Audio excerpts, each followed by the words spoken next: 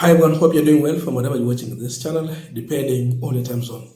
Now, we have had protests in this country, and the aim was to send away the cabinet of William Samoei Ruto. They succeeded. To do away with finance bill, they succeeded. They're not talking about William Ruto should go. The discussion is still there. But above all, the focus is more on the new cabinet that William Ruto is going to appoint. People are looking very, very carefully. That if these are individuals we protested for you to send home, why do you bring them back? Because there can be a possibility, and I know there's such kind of a plan, to bring some individuals back to the cabinet, though in different ministries from where they have been serving earlier. Such kind of a plan. So there's now another protest coming in, which has been engineered by specific individuals. Because we have one organic protest led by Gen Zs, whereby they don't have a specific leader, not aligned to any political party, and that is how they are.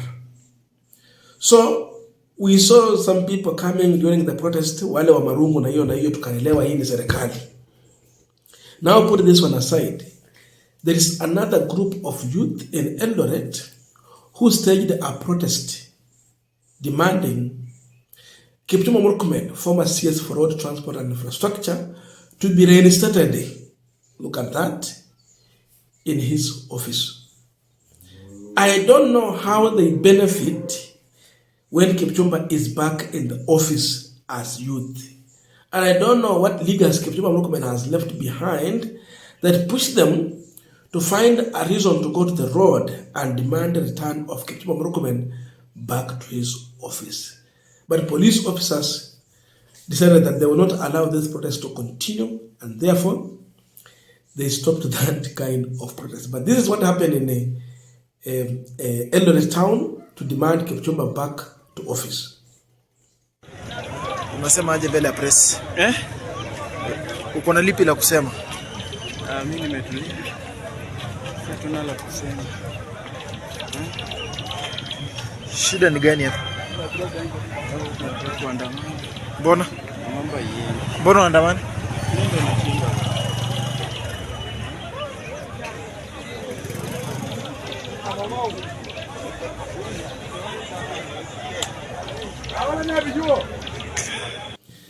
Now, when I see this protest, then I remember what happened in Eldoret town. Immediately, Kipchumba Murkomen was among the citizens who were fired. You know, Ruto literally fired the entire cabinet one time without mentioning name by name. He just left one man, Musalia Mudavadi. Anasema saizi all PSS are reporting to Musalia Mudavadi. So he's the one in charge of the entire cabinet, who then reports to the president. So Mudavadi ndio the face of cabinet. Now, with this, we ask one question. Why is it that the youth in Eldoret decided to celebrate the downfall of one man? Among the entire 22, one man. They celebrated the downfall of one Kipchumba Murkomen. They went to an extent of cutting a cake to celebrate the firing of Kipchumba Murkomen. So how can it happen in the same town where the youth celebrated the downfall of the same man?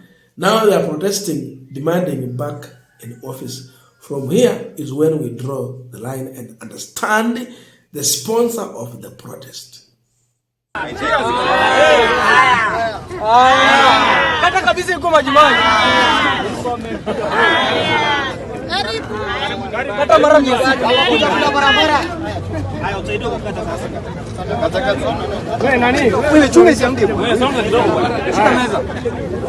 Shika meza wewe hata ukiwa huko. Shika wewe. So mama moja Murkomen gedi.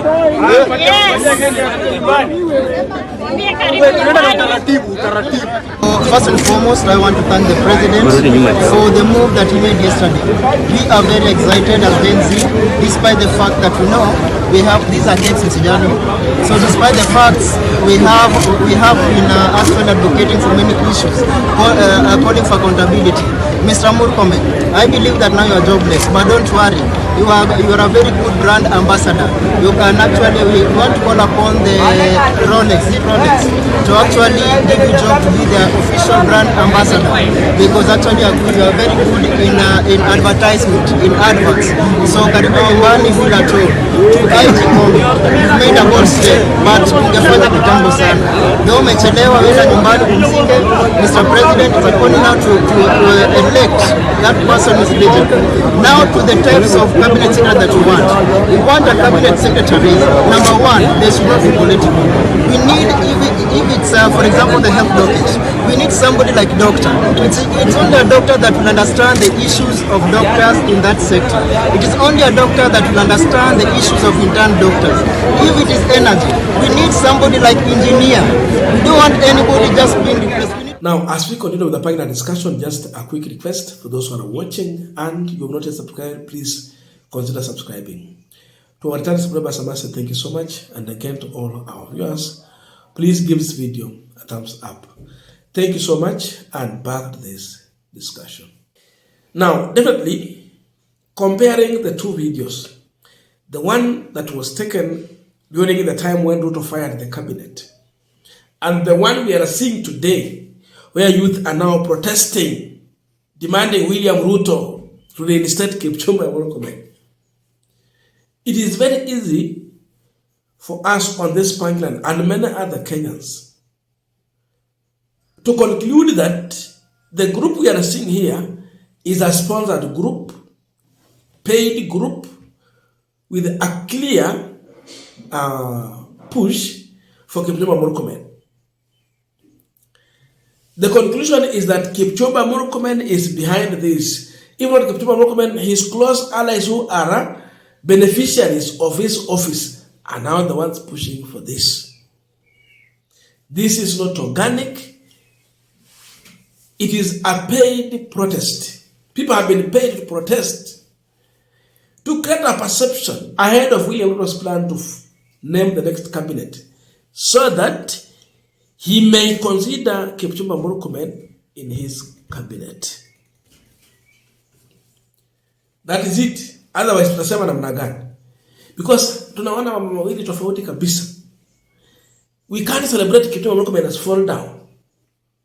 Then in a short time again, we protest, demand him back in the office. Inafanyikanga wapi? It can't be that way. This is not organic. The first one seems to be organic, because there are so many things Kipchumba Murkomen said.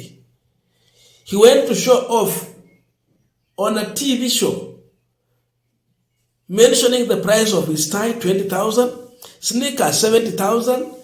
You're talking about a watch worth $1 million. It was just shy by 100,000 to close $1 million. Alituambia nunua suti ya 30,000, belt. He went to show off, and youth told him openly that please go back to your farm and practice law. The issue of being a CS top, and the warning is that if he go and attempt even to vie for an MCA, he's going to go home. They will vote him out. So many people did not want Kipchumba Murkomen back, and this is his own people in Rift Valley. It went to an extent where Elgeyo Marakwet, they don't want Kipchumba Murkomen.